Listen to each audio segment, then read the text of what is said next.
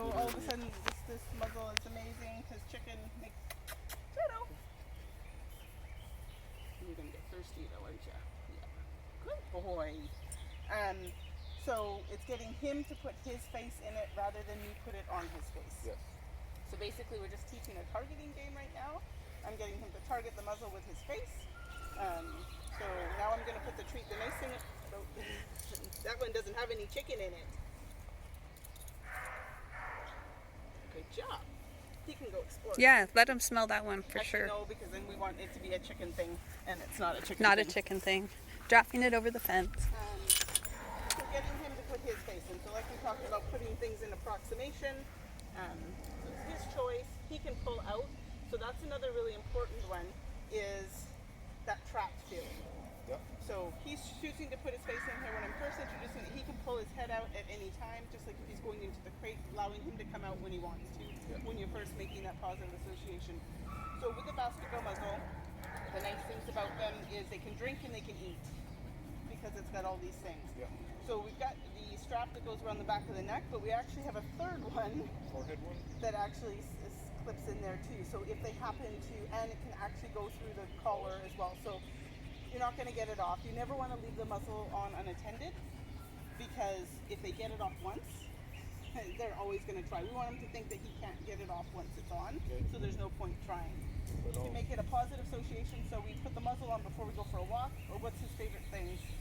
Oh, right now walk, and that's kind of what we associated it with today, the leash. Oh, so itchy, eh? Yeah. Just so itchy. So what we do with this one is once he's putting his face in there, he's progressing so fast. One of the other things that you'll see that I'm moving back away right away, it's because duration is really important. So what we do with our volunteers is to teach them how the longer you do something with a dog, the more stressful it gets. So we make everybody stand up with complete strangers and shake hands. But I say the trick is you're not allowed to let go of that person's hand for 60 seconds. People start to get awkward, right? Because shaking hands with strangers might be a little bit stressful, but standing there, and then you start to see the body language and that kind of stuff. Same with dogs. So the longer I'm there, even now the food's gone and the muzzle's here, people say then all of a sudden out of nowhere you turned and snapped or growled at me because you were there too long. Get it in, get it out. Same with the crate, in and out. So we don't want to manhandle for a long period of time. And you see people that are hugging the dog or petting the dog, fine for a second, and then that duration the dog starts to lick its lips, starts to turn its head away, and then all of a sudden you get that growl and bite. So duration is really important. So when you're doing something new, you want to make sure you keep it short. And if you're comfortable with him, you could do it in a yard where he can walk away, right? So he has that option. You come in, if you want to train today, you're coming to me and we're giving that treat. So what the next step with the muzzle would be doing up so once he's okay there, then maybe what I do is I put peanut butter or something that's going to be longer lasting. Okay. While he's licking or chewing, I'm going to do up the back strap. Then I'm going to undo it and take it off. So that's the second piece. And then if you're wanting the third strap, but you're going to do it all in separate steps until he's really comfortable. Once he can have it on for like a minute and he's not trying to paw at it and you can continue to feed treats through here, then put it on every time before you go for a walk. It's one of those ones that buckles. It does buckle, so that's again you're going to have to test it. You never want to fiddle with it while it's on the dog. Put it on, say, oh, it's too big, take it off, adjust it, and try it again. You're practicing getting it on and off, because again, if it's on for a long period of time and you're not training, then it's becoming negative. So if you do those steps, it sounds like a lot of work. You're going to progress really fast. If you try to force it and it becomes negative, now you have to undo that negative, and that takes more work. Shadow, hi. How are you? Good job. Good job. Yes. Good boy. Sit. Sit. That's okay, don't worry about it. Yeah, sit. So we don't, like you said, his back end, he doesn't like pressure on He it? doesn't like being pushed. Okay, so let's, with the sit, what we can do is try to lure. So I'll see if let me do it. Shadow, can you sit? Good job. Good job. So, again, with body handling, if he's been pushed, we don't know his complete history, is actually using the treat to lure them into place, because then you're getting that hands off. And when you want to do a sit, we teach the behavior first, we add the word after. So I'm going to teach him, once he's automatically following my hand, then I'm going to add the word. So the word doesn't mean anything right now, or before they know it. He obviously knows it, but we just don't want to we want your hands to be positive. So no pressure with the hands.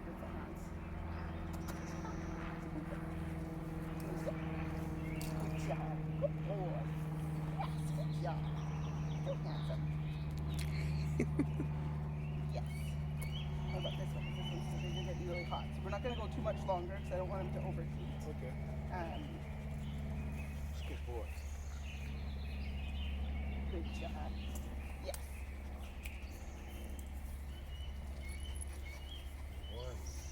Good job. So it sounds like resource guarding and body handling. Those are things that can be worked on. And then it's really you just being an advocate for him. So in a situation, whether it be with a trainer, use that in quotations, or just other people, is knowing when he's uncomfortable and letting him be able to exit the situation. Nice that he's food motivated, especially even in a stressful.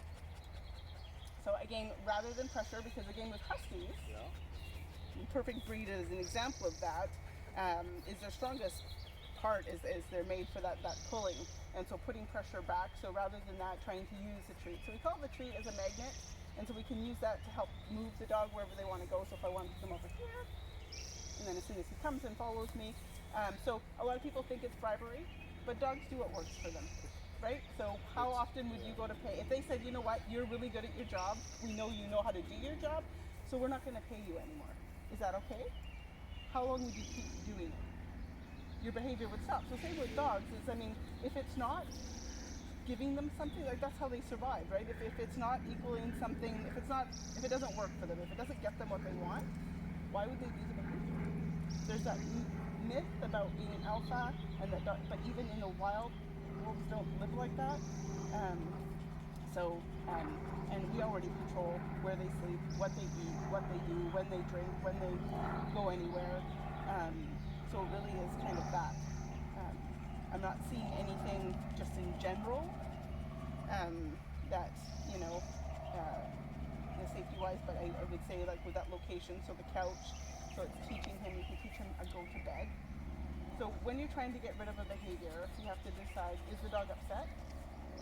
Or is the dog just don't know what you're doing? So I think there's a combination here. So I think he is upset about being put in a crate or worried about his food. So people think, A lot of it has been people dragging him places, shoving him places, forcing him to do things, so we're really, cornering him, we're really lucky those right kind of now so far that situations. his mouth isn't horrendous, because if it was, there'd be a lot more severe bites.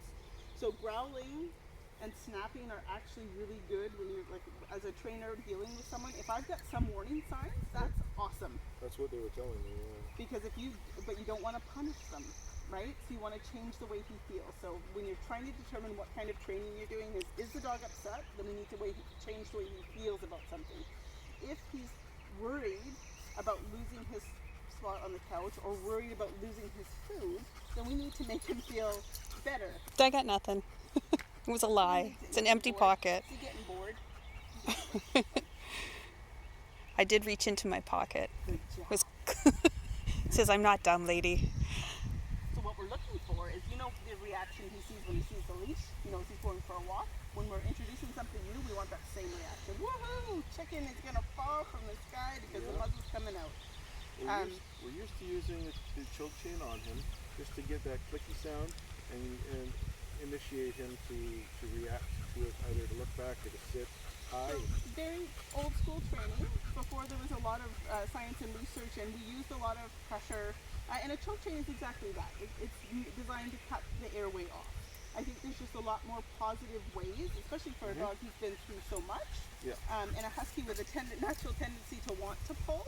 I don't know, Jen, if you have suggestions about harnesses, if there's certain type of ones Yeah, that you find work yeah. best with. I can send you a link to a good harness. And also the martingale. Yes. Because I bought those before from the pet store and used them. Yeah, Depends on they're harness, because they can be some great. harnesses actually I gotta stop putting my enhance hands in my pocket. enhance Sorry, pulling, buddy. and some of them actually prevent pulling. So you want to make sure you're using the right one. Not all harnesses are created equal. The martingale. A lot is of them block half the cloth shoulders too.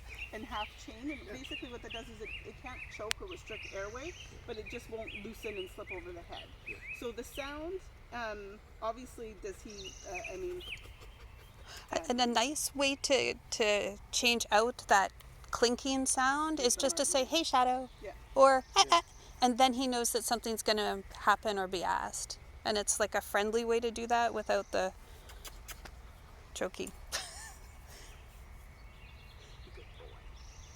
Oh, kisses too. Good job. Sometimes with my dogs, I'll even be like, "Oh," and then they know that something's coming after that. So it's very similar. Like if I ever do like a, it means that I'm just about to reach in and get a cookie to give them a cookie for something. Okay. So now you really want me to take the leash, and I don't really have reservations about that, but Okay. I don't really see. So I mean, if you're the one that's going to be keeping him, I think there's lots of good resources, and you know, there's if you're wanting recommendations for trainers, even just to get started with someone who's not going to put you backwards, because I mean that's the worry with trainers that have that limited knowledge is when their knowledge runs out, they resort to aversives. When there's actually other ways of doing it, and I think because he's been through so much, we don't want. He's like, I really like that muzzle now. Yeah, that's awesome, right? Yeah, that's awesome. Because I'm not seeing anything of it, and it sounds like it's isolated situations of location and resource guarding. I think so, right, Adrian? It was only a very couple, like a few incidents, because like today and yesterday, he wants to play fetch Yeah. with the ball and brings it back, drops it as he runs, and then wants more. So he wants to play. He doesn't want to guard the ball. That was just a situation when the other person was there. And it's possible maybe he wasn't even like guarding the ball so much as he doesn't like James, because James is scary. Well, if someone's know. trying to take things I don't know. from you, right? you Nobody might, was taking things. What was James actually doing? Well, Like you said, he was trying to provoke him and push him. yeah, I was the one who went and moved the food, Yeah. or wanted to, and then James saw that as an opportunity to teach. Okay. So he was going to pick up the ball, or I went over to the other side, and he came over to guard his ball as well. So James wanted to use the ball Yeah. to do it. So he did have the ball, and then eventually did give it to him. It was like a 5 or 6 minute video that I took. Okay. But while I'm holding him and trying to videotape it, And what was he doing? Like what was Shadow doing? Like was James just standing kind of taunting with the ball? Or like what was James?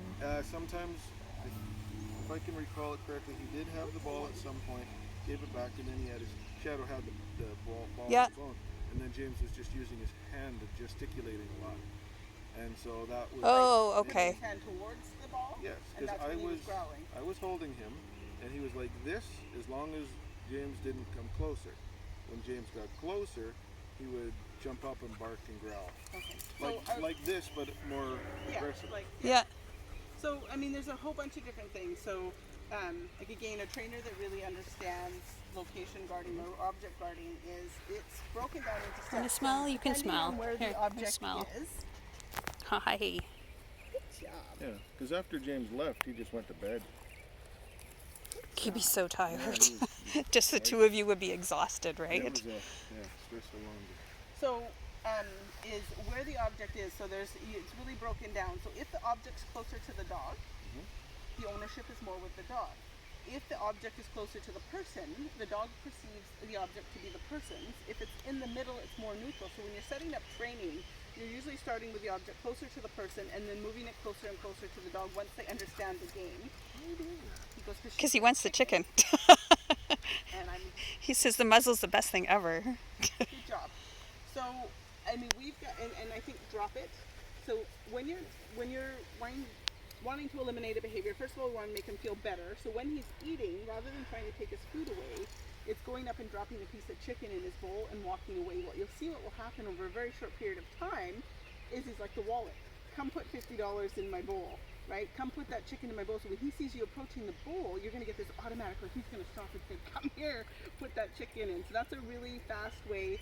And again, if you can only get from here to here and he's already showing that behavior, then you can just toss the chicken. But what we want is that association with you walking towards the bowl means something better is going to go into the bowl. Currently, So that's currently he has chicken and he has an ample amount of food, but he Yeah. doesn't want to eat it all. And- okay. and Which is not atypical at all. No. No? No. Lots of times Huskies won't. And sometimes if they decide that they're bored of their food, they'll just stop eating it. Yeah. And people are all freaking out, oh my God, my dog is sick.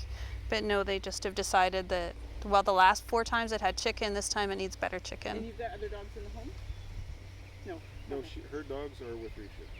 Okay. She has two dogs that don't get along with him. And is it they don't like him? Yeah. Okay.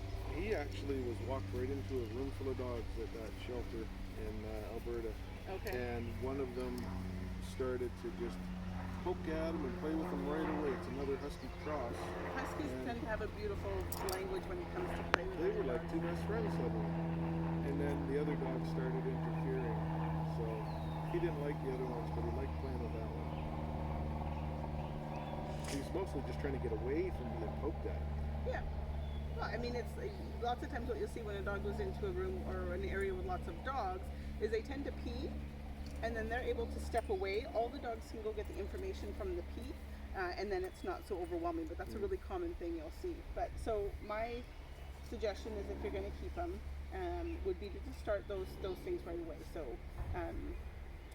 if you can come up with an alternative for the choke chain, and using, because we just want hands to be positive. So hands have removed him from locations. Hands have taken food away, hands have taken balls away, hands have shoved him in crates.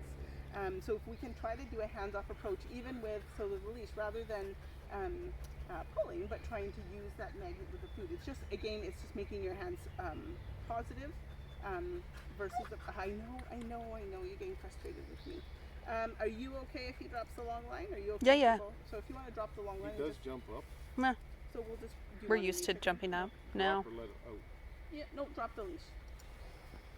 And so we'll just kind of hang out here Okay. and let him explore. Hey, buddy. Let's see what his choice. He's probably getting really thirsty. Do you have water in your car? Yeah, but If you- over there. Yeah, I know. If you That's don't, okay. I'll just give you some before you go. I got a bowl and water. Okay. I just don't have the bags. Let him explore a little bit. So he's choosing to go and explore. I've got chicken on me, which he really wanted. He didn't run over here to jump up on me.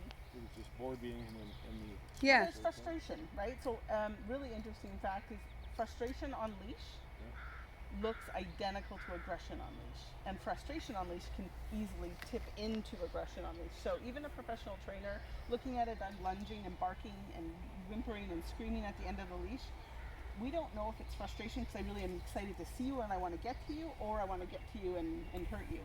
And the only way we really know that is through like off-leash opportunities or history. The really nice thing about him is we have a history of bites, and the bites have been really low on the scale. So when he's had opportunity to do really severe damage, he hasn't. And he's communicating, so he is growling, he is letting you know, you're seeing that body language, you see that kind of guarding behavior, he's really communicating beautifully. So it's for you to recognize that, say, he's not comfortable with that, how do I make that better, I want to change that. So with the ball, Or actually, like what you did with James when you're like, no, that's it, we're going to bed. Like enough. advocating for him, that's Yeah. beautiful, knowing that he's had Which is enough. awesome. But for the ball, if you've seen it, so maybe it doesn't happen with you always, but you know it's potentially there, Yeah. is just teaching a drop it. So you're always trading either for another ball or for a treat that he really likes. For the location guarding, what I would teach is get his bed, whatever it is, and get him to practice like a down on the bed and always reward. What then eventually going to do is go to bed. Close. Yeah. Yeah, he really likes these beds, and sometimes when he doesn't want to go in the bed, what I do is I try to pick it up, and then he's got to get on it and sort of hold it down and play, and Right. so he gets really excitable Yeah. like that. Wants to play. So with the jumping up, rather than trying to manhandle him down, and you already mentioned this where you're just kind of removing your hands, that's good. So when he gets into that mode where he's jumping, whatever, it really is just turning and ignoring, if you feel safe doing so, just ignoring, and as soon as his feet hit the floor, throw a treat or a toy on the floor so he knows that he only gets rewarded for hands down. What you can do if he's really out of hand and he's jumping up, and if you can leave the room, because then that's What I've been doing. that's perfect. Yeah, So it's that's the ultimate opposite of punishment what he for a wants, husky. right? He really wants to interact with you. He's excited, and then when I do that, he leaves. Oh, I shouldn't do that anymore because he leaves after I do that. So those are really positive ways without negatively using your hands. When he's pulling on the leash, are there a harness, or again, just having initially? Oh, that's okay. Yeah, it's okay. I've got Got a bag. He has issues with his digestion. Well, I'm giving him chicken. So make sure that that's a. Yeah, I don't want you to get a handful.